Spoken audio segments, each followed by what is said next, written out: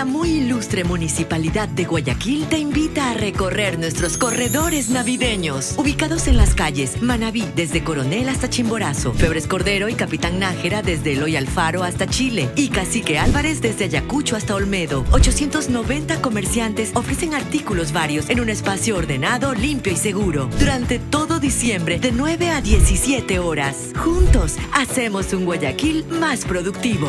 Guayaquil vuelve a los guayaquileños. A casi 2 años y medio de la entrada en vigencia de la Ley Orgánica de Protección de Datos Personales, el Gobierno Nacional ha emitido el reglamento de esta norma con una firma del decreto ejecutivo. Ha ocurrido aún en vigencia de la presidencia de Guillermo Lasso. Sin embargo, se tejen algunas dudas y también, sí, a propósito del lenguaje inclusivo, algunas dudas y también algunas inquietudes en torno a la aplicación de esta ley. Para hablar de esto y poner un poco en lenguaje sencillo el beneficio y también las consideraciones especiales de esta ley, hemos invitado hoy al ingeniero Alejandro Varas. Él es ingeniero informático de gestión y también trabaja en la línea de medios publicitarios. Ingeniero Varas, buenos días, bienvenido a Así Amaneció. Buenos días, muchas gracias por la invitación. Cuéntenos en primer lugar, nuestros oyentes siempre ven la política con mucho interés, pero cuando llegan a este tipo de leyes, que a veces resulta difícil entenderlas en cuanto a su aplicación, necesitamos de voces expertas como la suya para decir, en esto nos beneficia y esto es lo importante. Claro, en este caso es sumamente interesante que la sociedad en general, y en este caso la ciudadanía ecuatoriana, tiene que entender el beneficio de una ley de protección de datos, porque justamente lo que busca esta ley es garantizar la privacidad y la seguridad de la información personal de todos los ecuatorianos. Es decir, en la aplicación de la vida diaria, ¿en qué actividades regularmente está en juego la seguridad informática de los ecuatorianos y que esta ley de cierta manera viene a regular esa situación? En algo tan sencillo, hablemos de dos aspectos, hablemos de la privacidad y hablemos de la seguridad. En el caso de la privacidad, el hecho de que un call center te llame a ofrecer servicios que tú no hayas autorizado es el mejor ejemplo con el que creo que todos los que nos están escuchando se pueden sentir identificados. Es más, creería yo que siempre que se usa este ejemplo, todo el mundo reacciona de muchas formas y siempre y en la mayoría negativa. En cambio, hablemos de la seguridad de nuestros datos personales. ¿Qué pasa si atacan a la infraestructura de una empresa y se roban la base de datos de clientes de los sistemas de esta empresa? Esta información puede ser mal utilizada y puede ser utilizada para otros propósitos, desde el fraude o la suplantación de identidad, como también tratar de acceder a la información personal, por ejemplo, de una cuenta bancaria. En esa línea, ingeniero Varas, ¿se conoce ya y es común en el país o es una historia urbana el hecho de que haya mercados oscuros, mercados negros, como usted le quiera considerar, de la venta o la distribución de datos personales? ¿Eso opera en la realidad y con qué tanta frecuencia? Más frecuente de lo que la gente cree. Inclusive se puede, bueno, no lo recomiendo a nadie, solamente a los expertos que tengan las herramientas del caso. Es bastante sencillo hacer un par de consultas en buscadores y darse cuenta que hay sitios que ofrecen ese tipo de información como si fuese la comercialización de un bien o un servicio cualquiera. Son exactamente las 8 de la mañana con 58 minutos. Estamos hablando con el ingeniero Alejandro Varas sobre el tema de la ley de información digital. Alejandro, la semana pasada, o hace 2 semanas, estuvo aquí el director de Movistar Regional y estuvimos hablando con él sobre las empresas y este tema. Sí. ¿Ya? Él nos decía una frase que creo que te lo comenté en algún momento.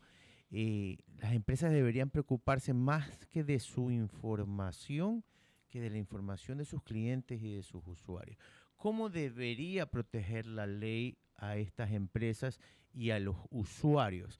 ¿Debería esta ley exigirle a las empresas cierta cantidad de seguridades, por lo menos como mínimo, para poder salir al mercado? De hecho, la ley sí lo exige. Okay. Ya inclusive podemos decir que en el artículo 37 la ley te dice que las empresas o las personas jurídicas en todo caso y también entes públicos, que eso también es sumamente importante aclarar, deben garantizar la seguridad de la información que están manejando. ¿Qué quiere decir esto? Que si yo voy a implementar una solución tecnológica en mi negocio o en mi organización, debo verificar que esta solución sea 100% segura y que la seguridad venga por defecto, no que sea una consecuencia o una reacción a un incidente en el que perdimos información. Una compañía del Estado, el año pasado o hace año y medio, fue, ¿cómo se dice?, secuestrada la Sí. información del país entero. Sí. Es una empresa de telecomunicaciones más importante que hay en el Ecuador y debe tener muchísima información de todos los que estamos aquí, porque me Correcto. imagino que se cruza con la base de datos de la CE, una cantidad de cosas a las que tienen acceso. La mala noticia que les tengo que dar es que todo el Ecuador ha sido víctima de algún tipo de filtración alguna vez en la vida, tanto en entes públicos como en entes privados. Lo único es que no ha sido lo suficientemente anunciado en los medios por obvias razones, no por la preocupación que puede generar, pero yo les puedo decir que al menos tengo un recuerdo histórico de aproximadamente 10 años de incidentes de esta naturaleza, tanto en cosas leves como, por ejemplo, se cayó el sistema y no se pudo recuperar la información, a atacaron una empresa y fue víctima de un ransomware. Okay. Como parte de esta ley, ¿se incluyen ya consecuencias legales que cubran a los usuarios de...? Sí, en este caso hay que entender dos cosas que dice la ley. Por un lado, la ley nos da derechos como ciudadanos. Prácticamente cuando nos llamen de un call center a ofrecer algo, uno ya puede, hasta apoyado en la ley, poder decir de dónde conseguiste mi información personal porque yo no he autorizado este tipo de llamadas o tratamiento, que es la forma en la que se define en la ley. Y por otro lado, en el caso de un incidente severo como el del ataque de ransomware, las empresas tienen la responsabilidad de dar seguimiento al incidente, identificar de dónde se dio o dónde está la falla, resolverlo, notificar internamente y notificar a la Superintendencia de Protección de Datos cuando ésta exista. Lo que me preocupa a mí es que hasta ahora nunca he visto una sanción. Bueno, es que como no hay una autoridad, no creo que haya un proceso. Recién el reglamento tiene como aproximadamente Esos son los siguientes pasos. un mes. Y, Ok. y cuando tengamos una autoridad seguramente ya vamos a comenzar a ver, espero que no, una cacería de brujas. La vez pasada Córdoba, no sé si tiene algo que ver también, hablaba del tema de la inteligencia artificial y cómo, por ejemplo, se crean. En España hubo el caso de esas niñas que crearon las fotos, eran fotos de niñas que en verdad no eran, la desnudaron con exacto. tecnología. ¿Eso incluye dentro de esta normativa? ¿Y Hasta esta ley? cierto punto sí, porque justamente hablemos de los niños, niñas y adolescentes. Como la Ley de Protección de Datos define a la información de los niños, niñas y adolescentes, bajo esa definición, como información altamente sensible, sí existen ciertos vínculos con el Código de la Niñez. Ok. Entonces sí se puede proteger la privacidad de los menores de edad dentro de la Ley de Protección de Datos, pero también en relación al Código de la Niñez. ¿Dónde voy?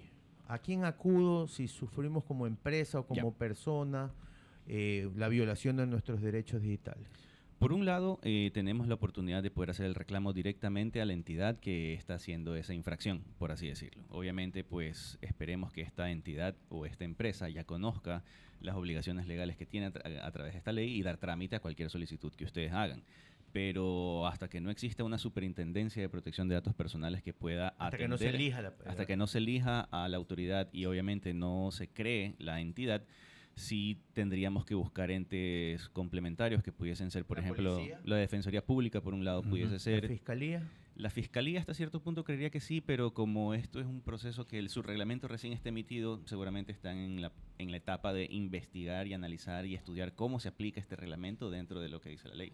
Yo solo una cortita. La verdad es que mi estado de ánimo está en el piso y yo no creo en ninguna autoridad. Aquí en el país no hay nadie que nos defienda. O sea, no hay, en el país hay leyes para la protección del usuario. ¿Cómo se llama la ley esta de protección del consumidor? Ajá.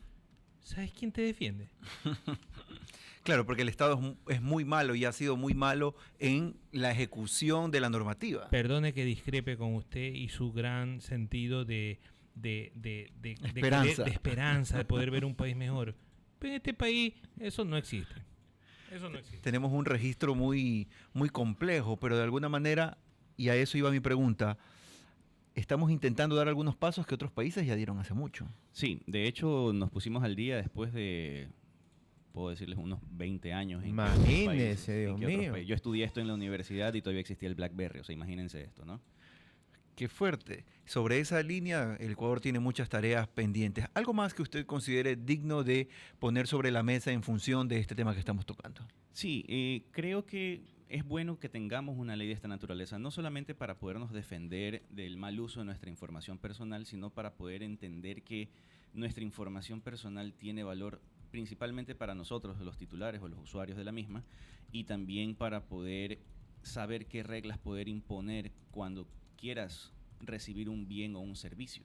Por lo general acá la gente subestima mucho el poder de la información y la utiliza de una manera equivocada. Entonces yo sí creo que con eso también nosotros como ciudadanos adquirimos ciertas responsabilidades y hay tanto como para hacer ejercicio de nuestros derechos, pero como también como para poder saber qué hacer en nuestro trabajo en caso de que nosotros tengamos acceso a información personal que pueda ser bien utilizada para nuestro trabajo. Y así con eso esperar que la gente aprenda a ser un poco más civilizada con el contacto personal hacia otros.